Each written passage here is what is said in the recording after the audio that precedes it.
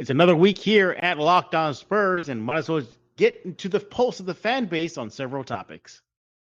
You are Locked On Spurs, your daily San Antonio Spurs podcast. Part of the Locked On Podcast Network, your team every day. Welcome back to Locked On Spurs right here on the Locked On NBA Network. I'm your host, Jeff Garcia, Spurs writer for Kings 5 San Antonio. Glad to have you back. Hey, it's Monday. I know. Start of another work week. But let's ease you into this stretch of days before you get another weekend for yourself and your family, friends, what have you. What are we talking about today? It is a fan episode. We're going to bring in a fan to discuss with me several topics that have been on the Spurs' minds of late. The first one is the Russell Westbrook chatter popped up again recently. Do Spurs fans really want to see Westbrook a Spur, even if it's just to facilitate a trade? We're going to get thoughts on that, as well as thoughts on Austin, San Antonio, Spurs being territorial. Should there be reason to be worried from the fan base? Who is repping the fan base today? He is Zach Escamilla. Zach, welcome back to Locked On Spurs. Applause for you because you're filling in for Danny Sandoval. He was going to come on today, but we couldn't get a hold of him. So does he owe you one, Zach? Nah, Danny's my buddy. I'm sure he had something very pressing to attend to. I know he loves coming on this podcast just as much as I do. So I'm sure it was something important that came up. So not a problem. Yeah, not a problem. Yeah, well, appreciate Zach filling in for Danny. But by the way, did you change your Twitter handle again? Yeah, I'm just trying to, see if I could make a funny sports page, try to keep it sports and entertainment. So I found a really funny picture of former NFL quarterback Jay Cutler smoking a cigarette because, that was kind of his thing, smoking Jay. He was, people said he was lazy. So I said, okay, that's funny. And instead of 4th and long, I'm just going to say 4th and 69 sports, and let's just have fun with this. You heard it right there. You can follow him on Twitter at 4th and 69 sports. So and it's 4th N, like the letter N, 4th N. Oh, N. Okay, I thought it was and. No, well, you'll see and as the name 4th and 69 sports, but then the actual at is 4th N 69 sports. And got it. You told you how to follow him. And it says you can't handle the truth because if you follow me, I only tell the truth. And if you're not following me, it means you can't handle the truth. What can I say? Easier said than that. Zach, are you ready to rep the fan base once again on Locked On Spurs and a couple of topics? Yeah, I'm ready. Let's do it. All right, let's start it off with the Russell Westbrook Spurs Laker rumblings that just seem to never die this offseason. So let's just recap really fast. Zach, for those who do not know, looks like the Lakers want to rid themselves of Russell Westbrook. So, but because of their financial situation, they really can't facilitate a major deal right now. They don't have a lot of assets that they want to part with. And the assets they do have, nobody wants. So because he has Westbrook has a very hefty contract, they need a team to help facilitate that contract. Well, lo and behold, the Spurs have tons of money freed up in their cap space. I think, Zach, isn't it like ridiculous how much they have? Like they haven't spent a dime. Oh, well, I mean, if you are say re-signing Wieskamp or extending Keldon, but nevertheless, they got a lot of money too. Is it Elise or Elise? I think it's Elise. Elise Johnson. Sorry, Mr. Johnson. Really, with all due respect, if you ever listen to this, I want to be respectful. If it's Elise, great. If it's Elise, great. But yeah. Well, the point is, Zach, the Spurs are just one of a few teams that can help facilitate financially a move from Los Angeles for Westbrook to a different team. So there's that. But the Spurs, obviously they're not going to keep Westbrook. I mean, the writing's on the wall. They will likely just be a facilitator. That's it. They'll cut and waive him, Westbrook, and he can go freely sign somewhere else. But the Spurs haven't pulled the trigger yet. They've been kind of quiet on that front. But it popped up again because of the Pat Beverly deal. So Pat Bev is now a Laker, but I think I think it's pretty known that Westbrook and Beverly don't like each other, do they, Zach? That's what they tell me, but I don't know them personally, so I can't Yeah. 100% confirm nor deny. However, though, I do think they're both interesting personalities, and seeing them both on the court would probably be, let's just say, interesting. Very interesting. So the Lakers they just need another team to step in and make the numbers work, make the money work. So the Spurs are one of just 3 teams that can do that. But it popped up again, Zach.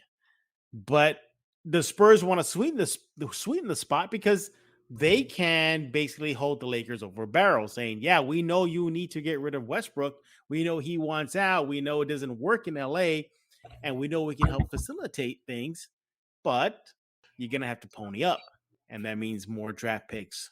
At least that's what the presumption is to the Spurs way." Zach, should the Spurs get involved with this Laker Westbrook cap space whole drama just to get the more draft picks their way? Yeah, I think more draft picks is always a great thing, don't you think? You're sitting on all this money that you're clearly not going to use this year. And if you're going to absorb Russ's contract and get compensated in draft picks, I mean, they weren't spending the money on anybody else, so why not? Yeah, they're not spending the money in any major way. You know, the little minor pickups here and there. We mentioned the Wieskamp, the Elise Johnson move. Yeah, that's it. You know, Keldon Johnson extension, but there really hasn't been an offer, like a major offer they can to a free agent. Now, to be fair, most of the major free agents stayed where they're at, or they got dealt. I mean, I think what the Nets and Durant said that they're gonna, give it a go. You know, no trade, so he's staying in Brooklyn. I always thought that was a pipe dream. There was no way Durant was going to come to San Antonio, but Westbrook could. Now, is there a segment of Spurs fans that perhaps wouldn't want to see Westbrook get waived and stay in San Antonio, even if it's just a rental for 1 year? Oh, I've seen it. Absolutely. There are definitely some fans here that say, you know what? The heck with it. Let's have Russell Westbrook come in on a revenge tour with Greg Popovich and see what happens. There are definitely folks out there that believe that. And I'm not going to bash those folks because I think there's part of me, the Joker, agent of chaos that would like to see it because it would be interesting. I mean, whether you like the guy or not, to see Russell Westbrook and Pop together, I think it would be a heck of a show. I think it would sell tickets. Look, if the Spurs need to make money, and that's what they're saying, they need to expand their market, that they need to bring in additional revenue from different populations outside of San Antonio, Westbrook could be a draw. But if they're in a rebuild and they need to get these kids touches, well, having Westbrook on the roster wouldn't work because he demands the ball. He's a heavy volume, ball, guy that needs it in his hands and, play calls for him. So there's that argument, Zach. If Westbrook were to stay, then what's the point of getting these kids some burn then and letting them learn? If Westbrook's going to be there, just hogging the ball up. Yeah. I mean, I understand that school of thought as well. That's kind of where I take a little bit of pause because if the idea is to get these young kids some burn, then Russ may be a bit contrary to that school of thought. But on the other hand, you look at it saying, well, what if Russ Westbrook is the perfect mentor for these kids? What if being around a guy that is very competitive? I mean, say what you want about Westbrook's character, his 3-point shooting. The guy is a competitor. He goes out there, call him a stat patter if you want. But the guy, there's just no doubting he's a competitor. And I know I've said that over and over, so I apologize for sounding like a broken record. But with that being said, maybe guys like Keldon and Blake Wesley, Jeremy Sohan, maybe he's the wild card, the unexpected, out of left field mentor that the Spurs did not know that they needed. Or maybe he's the bull in the china shop that comes in and helps tear the place down. I don't know. It could go either way. But again, if the idea is to sell tickets, make money, I mean, I still think even with Russ, it's not a playoff team. I still think, maybe at the absolute best case, they kind of fall where they were last year and by a miracle, maybe get close to the play-in with Russ. But even then, you're back at that 9, 10, 11 spot in this draft that's very top heavy. So again, I kind of throw my hands up here, Jeff, because maybe I'm not the best fan to ask this take, because if they did bring in Russ, I wouldn't hate it, but I wouldn't love it. I would be indifferent. I would, I would just be in the middle and say, okay, let's see what happens. And here's the other thing too, is maybe Russ gets you a little more wins, and that impacts the the march for the tank this upcoming season. There's that. Look. At the end of the day, if the Spurs do facilitate a deal with the Lakers, you can see the writing on the wall. They'll likely waive Russell Westbrook because he ain't gonna want to stay in San Antonio for a whole season. He's at the back end of his career, at least maybe starting it. So he doesn't have that many years left in the league. He's going to chase a ring. He's going to want to get waived. He's going to go to a playoff contending team. The Spurs are not it. So there is that. So all in all, I think it's a win-ish kind of situation. Win if the Spurs get involved, help the Lakers facilitate a move.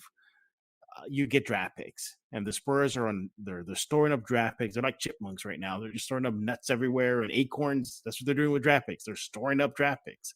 So be it. If he stays a year, maybe you flip him again. Maybe you turn him around and don't waive him. Keep him around and trade him. But his contract is just so heavy that I don't think a team could even afford it. Unless he wants to go to a bottom feeder team, which he probably doesn't. All in all, Zach, I'm with you. I'm indifferent. If they make the move, great. Get draft picks. If they don't, fine. You stayed out of that. You still got all that money and players to help develop. But it is funny. I look back and just to see how quick this dynasty ended, just fast. Just Kawhi shot the Spurs boat a hole and it sank. And here we are. The Spurs, Zach, are now facilitators. But remember, Jeff, if I may quickly interject, I just remember, that 7-game series with Denver. Like I remember that was like the Derek White, coming out, and they took Denver to the brink with DeMar DeRozan. That was his first year, right? LaMarcus Aldridge. That was such a weird time because I felt at that moment in time that, we got Derek White, DeJounte Murray. Like maybe we have something here to build on. Maybe we're not going to fall into obscurity. Maybe it is going to work with DeRozan in this group. And obviously it didn't. But it's just so weird how I remember feeling somewhat optimistic at that time. And now look where we are. And it would just happen like that, just quick. But yeah. So there it is. Spurs fans are kind of, at least Zach is saying, indifferent with the Westbrook rumblings right now. If he comes, great. Get yourself draft picks, cut him loose, and yay, more draft picks. If he stays, at least Spurs can technically have a draw to bring in people. Maybe a couple more national games. Who knows? To San Antonio this upcoming season, and just at least something familiar, a name familiar in San Antonio. But what do you think, Spurs fans? We want to hear from you. Let us know where you side on the Westbrook Lakers Spurs chatter that just seems to not die this offseason. But we're not done talking about your silver and black. When we get back, Spurs fans just can't stop being territorial with their team in San Antonio. Spurs fans are still talking about their fears of a potential relocation to Austin. We're going to be talking about that with Zach in just a few seconds. But thanks for making Locked On Spurs your first listen each and every day. Free and available wherever you get podcasts. I want to bring to you a very important message from the NHTSA. If you feel different, you drive different. Drive high, get a DUI. Look, it's never okay to drive stoned. If you feel different, you drive different. As mentioned, you drive high, you get a DWI. So you put yourself and others in danger. If you've been using marijuana in any form, do not get behind the wheel. do not think it's okay to drive stone. The truth is your reaction times slow way down when you're high. So, like I said, you don't put yourself you're in danger as well. You put everyone else around you. So stop kidding yourself. If you've been using marijuana in any form, don't get behind the wheel. And don't be one of those people who think it's okay to drive stone. Don't think, hey, what's the worst that can happen? You end up driving below the speed limit. It's no big deal, right? Well, you're wrong. The truth is your reaction times, this match, just slow down. They really do.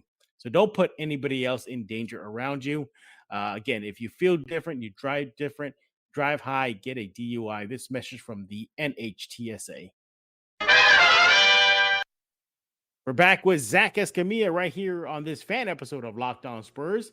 We're talking about what fans are talking about so far at this point of the offseason.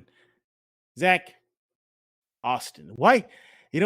Once those games were announced that the Spurs are going to be playing home games away in Austin, Spurs fans really, really got territorial, didn't they? I mean, they still are.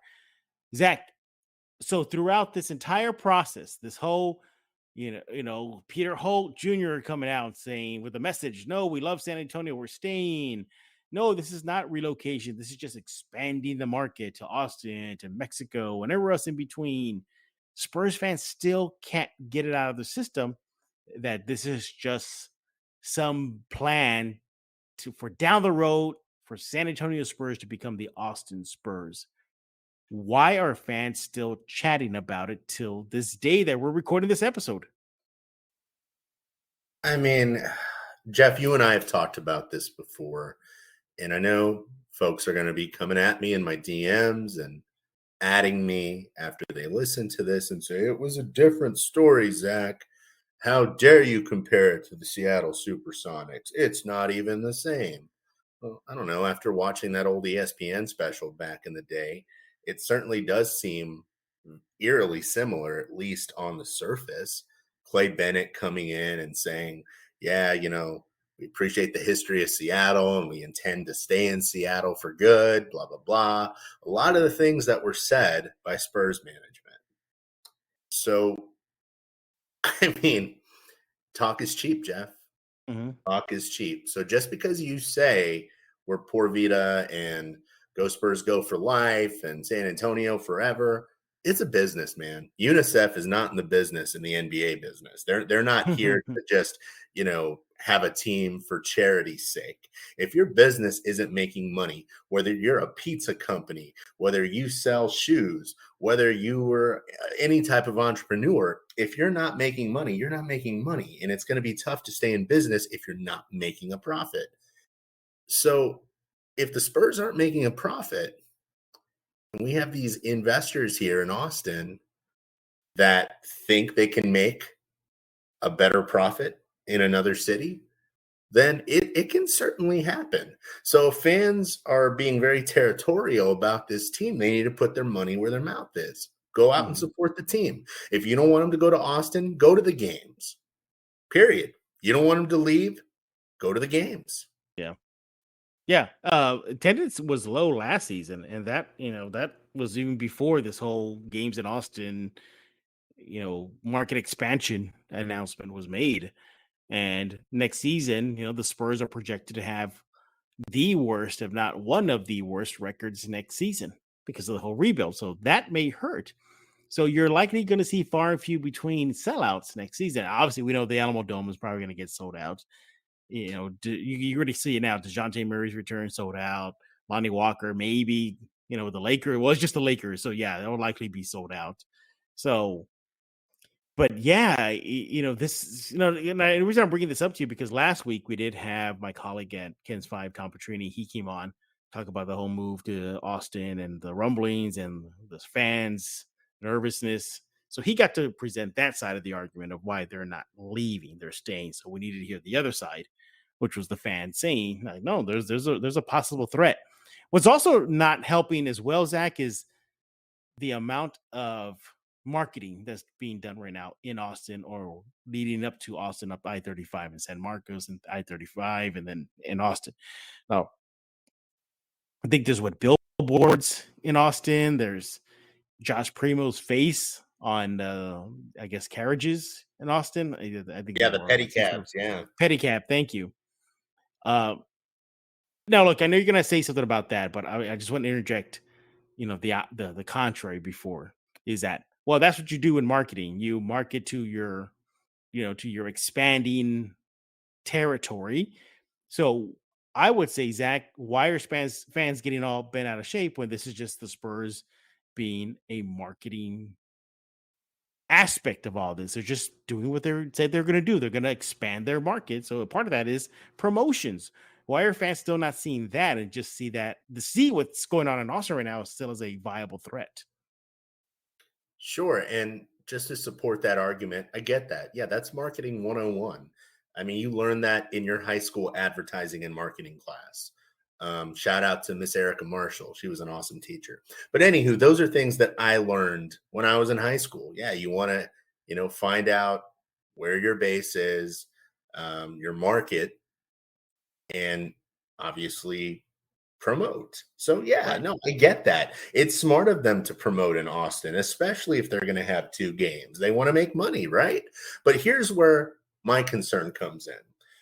That's really nice. You're marketing Austin, but I'm not seeing a lot of Spurs promotion here in San Antonio. I'm not seeing a lot of billboards, "Go Spurs Go," like I used to back in the day. And the reality is, there still should be some marketing done here in town, especially when attendance is low. There should be Josh Primo, Keldon Johnson, uh, Blake Wesley, Jeremy Sohan posters all over the place promoting this new young core, this new young crop of players. We should be seeing a ton of that right now in San Antonio. My question for you, Jeff, and for all the people that are saying that me and other fans are doomsday fans, are where is the promotion in San Antonio? That's what concerns me, Jeff. Yeah. Yeah. Look, there's arguments on both sides. And by the way, you mentioned that Seattle Sonics Oklahoma City documentary. Yeah, maybe you shouldn't let Spurs fans know about that documentary because I think you recently resaw that movie and it's it's not an exact duplicate of what's going on in San Antonio, but it's near it, isn't it? I mean, certainly when you look at Clay Bennett saying that the plan is to keep, the Seattle Sonics, Supersonics in Seattle. I mean, that's what we've heard from this investment group. The plan is to keep them here in San Antonio. So if that's the plan, Spurs fans need to go out there and put their butts in the seats to ensure that they do stay here. It's kind of like in Mhm. the movie Major League. Any baseball Major League fans out there? Charlie Sheen, Tom Berenger, great movie. Even if you're not a baseball fan. But the whole point of that movie is the owner wanted to put together a terrible team so that attendance would be low and she could move the team to Miami, leave Cleveland to go to Miami. So, I mean, if the ownership is thinking to themselves, if we put out a crappy team, attendance is going to be low, and then they can't come back and complain at us, and we could say, well, you guys weren't coming to the games, so now we got to go somewhere else where people actually are willing to attend, and it's not personal, it's just business. And I think that's where I get a little frustrated, Jeff, because you have so many folks that say, no, the Spurs would never leave San Antonio. There's too much history. There's too much that. The Spurs are San Antonio. And it's like, I hear you. I get that. But it's a business. If we're Mhm. not putting our butts in the stands, in the seats, it doesn't matter how much Yeah. poor vita you want to throw out there. It doesn't matter we have 5 championship rings here in San Antonio. None of that matters if you're not making the green. And Yeah. that's really it. I mean, it's a bottom line. It's a business. Yeah. And, you can ask Sonics fans. You can ask St. Louis Rams fans what that's like. I mean, you want to get us something a little bit more in recent history. Look up articles about the Rams move from St. Louis to Los Angeles. It's again very eerily similar to what's going on right now in San Antonio. What's another relocation hit? Well, back way back in the Colts when they left. Where did they go to? Indianapolis overnight. The infamous overnight get the Mayflower trucks and move Mhm. late at night. That situation. Yeah. Look, and wasn't there a recent article where they were quoting the former, I guess, soon to be former city council member, Judge Nelson Wolf, where he went on record saying, "Yeah, stop trying to chase another team. Just focus on what you got right now." Do you remember that, Zach? What happened in that conversation with him? I'm trying to remember. I'm having a bit of a brain fart there, Jeff. Yeah. He just said that I think before he retires that the city should just focus on what they got already, that being the Spurs, than trying to chase another team. So, and then even during that whole with the Spurs sent the attorney to city council, and even Nelson Wolf was all like, "Hey, we want to know what the hell's going on with you guys." I mean, he was nervous He about was this. upset, and I Yeah, appreciated that from Judge Wolf, because I think that's how a lot of fans felt, or at least how I felt. I think he came yeah. out and said, "Where's Buford? Where's Holt? Why are they not here? Giving us this, song and dance, or this explanation, I should say." Mhm. And again, Jeff, to me, I hate to beat the dead horse, but I just truly wish fans would understand. And you don't have to be a business major, you don't have to be a college graduate to understand that in anything in life, it takes money. And Right. if a business isn't making money, uh, I mean, they tend to, shut down, Mhm. or, I mean, that's normally what happens. Mhm. How many times have you been to a restaurant? You're like, man, that restaurant was really good. And then maybe you don't go back for a while. And the next time you drive by, you're like, oh, that's so sad. That restaurant's gone. I wonder what happened. And that may be a poor analogy, but the point is, it doesn't matter how much you love the Spurs. If you're not supporting the Spurs, they're not going to stay here. They're going to move to Austin or elsewhere if they're not making money. I mean, it's so black and white, Jeff. If fans want to get territorial, great. Put your money where your mouth is. Go to the AT&T Center, or whatever it's going to be called now, and support the team, for better or worse, till death do us part. Yep. And to be fair, again, you go back to, I think it was Wednesday episodes, well, Locked On Spurs episode last week.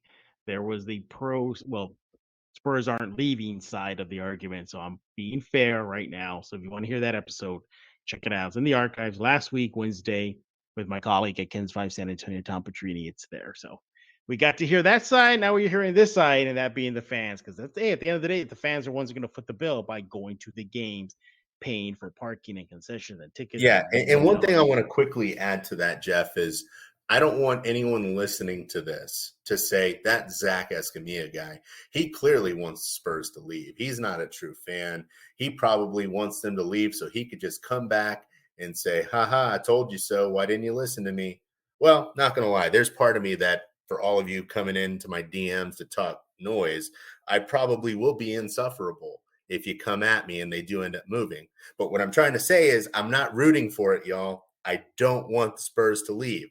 I've been a San Antonio Spurs fan since the Coyote pushed me on the court when I was 2 years old. So I sat in Red McComb's wife's lap when I was 2 years old. My dad knew R.C. Buford. I have a lot of long tenure with the Spurs going back to a child. So if the Spurs left, I would be heartbroken. So I just wanted to make it very clear that I'm not rooting for them to go to Austin. Trust me, I don't want to see it happen, but I don't like what I'm seeing with some of the writing on the wall with Austin. Sometimes where there is smoke, there is fire. So when all of you come at me and say, you know what, Zach, it's just marketing, you don't know marketing. Well, I do know marketing, and I hope that it is just marketing. But until the dust is settled, all I can do is hope that the Spurs stay here. I bought a season ticket package. I, for one, put my money where my mouth is. I'm trying to help keep the Spurs in San Antonio.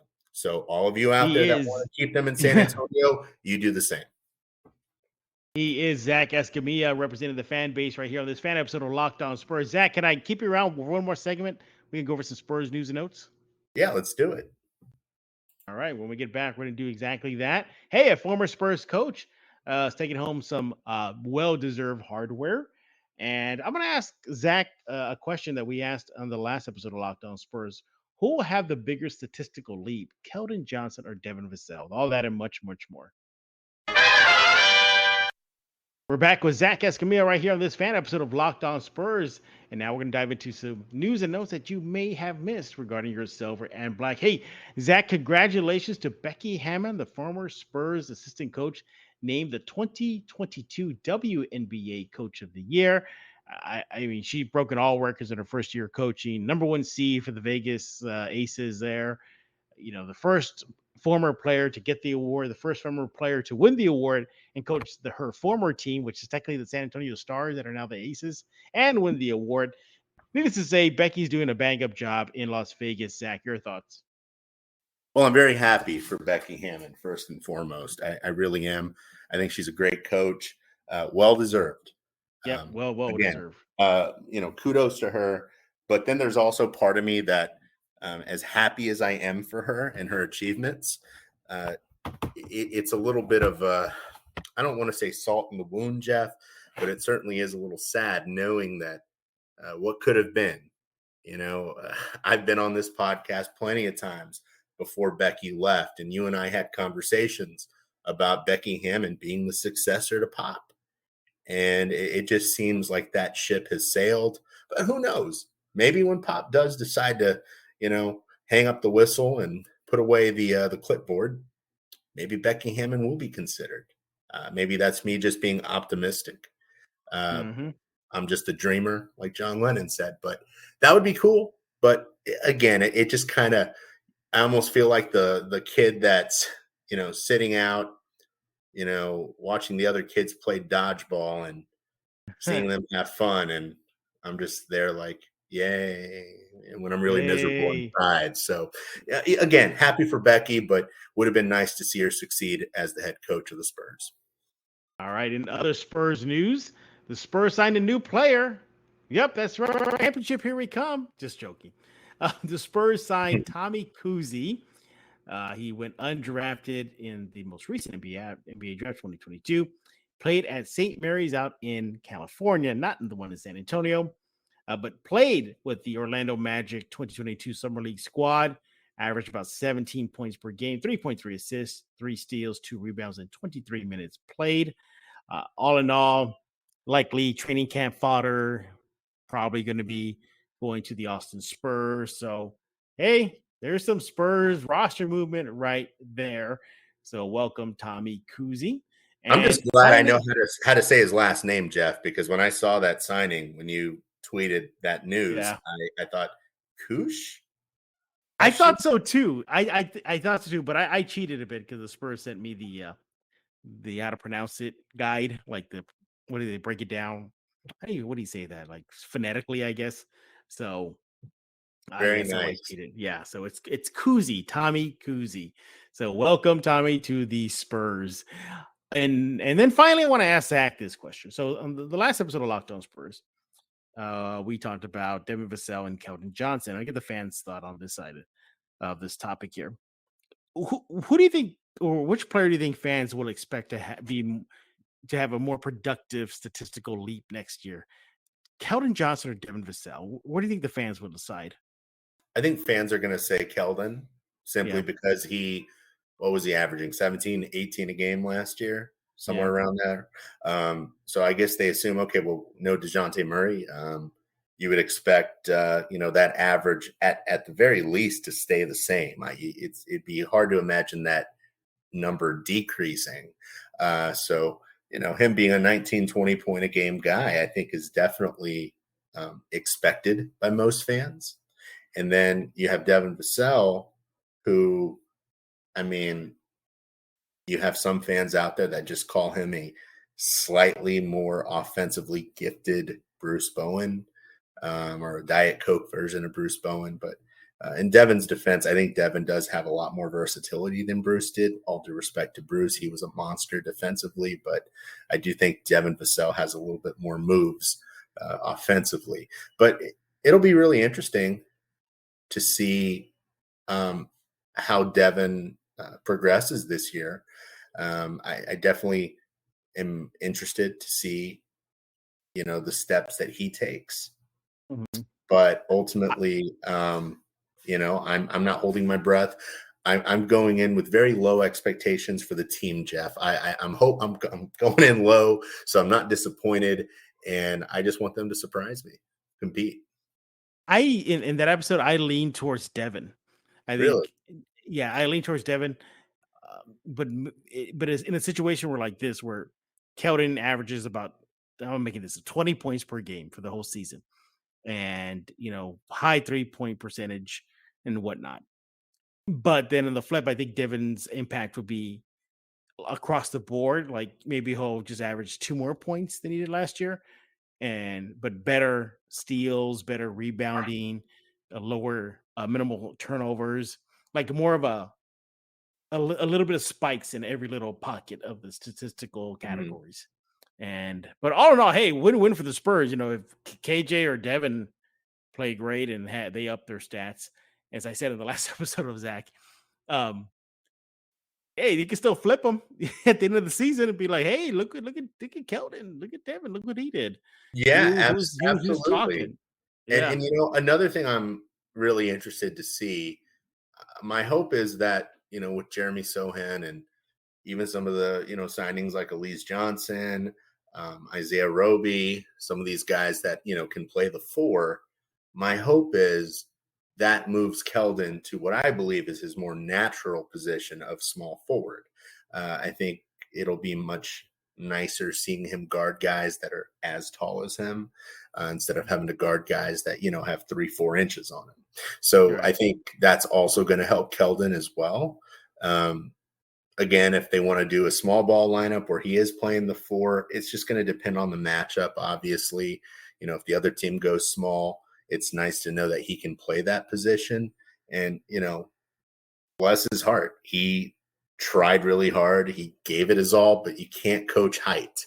And, he gave it hell playing 4. But I just think we're going to see a better version of him as long as he's playing his more natural position, at least in my opinion. He is Zach Escamilla right here on this fan episode of Locked On Spurs. He, as we said before, Zach, you are the fans' fan. Like every time you come on, man, fans love it when you're on. And maybe next time. We found out why Danny couldn't make it. By the way, he was napping. So Hey, it's a Sunday afternoon. You can't blame him. The guy's got to rest, man. He's got to rest. But yeah, hopefully we can reschedule with Danny Sanders, and he'll come on Locked On Spurs sooner than later. But hey, also this week, another Locked On Spurs giveaway is happening. Last week, we had a winner. Somebody, Spurs or a Locked On Spurs fan, won a free T-shirt, Zach, and a trucker cap, Spurs theme from Bear County Apparel Social. So thank you again, Bear County Social Apparel there. We appreciate you. He said he's down to do another fan giveaway.